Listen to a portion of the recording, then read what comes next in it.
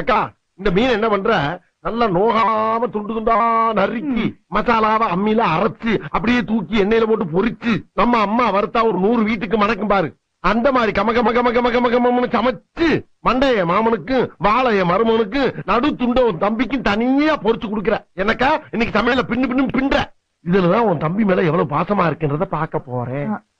அத்தை நான் மீன் குழம்பு வைக்கிறேன் அத்தை. கொஞ்சம் இருந்தா வந்துடுறேன். எங்கடா போற? மீனை வாங்கின வயிற்ற கொடுத்துட்டு பக்கத்து தேட்டர்ல என் தலைவர் எம்ஜிஆர் படம் போட்டுருக்கேன், பாத்து காலைல வரதாயி. டேய் என்ன சித்தப்பா, நான் மீன் குழம்பு ரொம்ப நல்லா வைப்பேன். நீ நல்லா வைப்பேன்னு என்ன கேரண்டி? நான் கேரண்டிடா, அவ சமைக்கும் போது நான் கூட தானே இருக்கேன். நம்பலாமா? நம்பலாம். சரிதா வச்சு கொடுத்தா நீயே வாங்கிக்கோ. அக்கா போயிட்டு ஒரு 5 நிமிஷத்துல வந்துருவா. 5 நிமிஷத்துல என்னடா பண்ண முடியும்? சரி கூட ஒரு 5 நிமிஷம் சென்று வர்றேன். மீனை பச்சையா பாக்கும் போதே நாக்கு துடியா துடிக்குதே.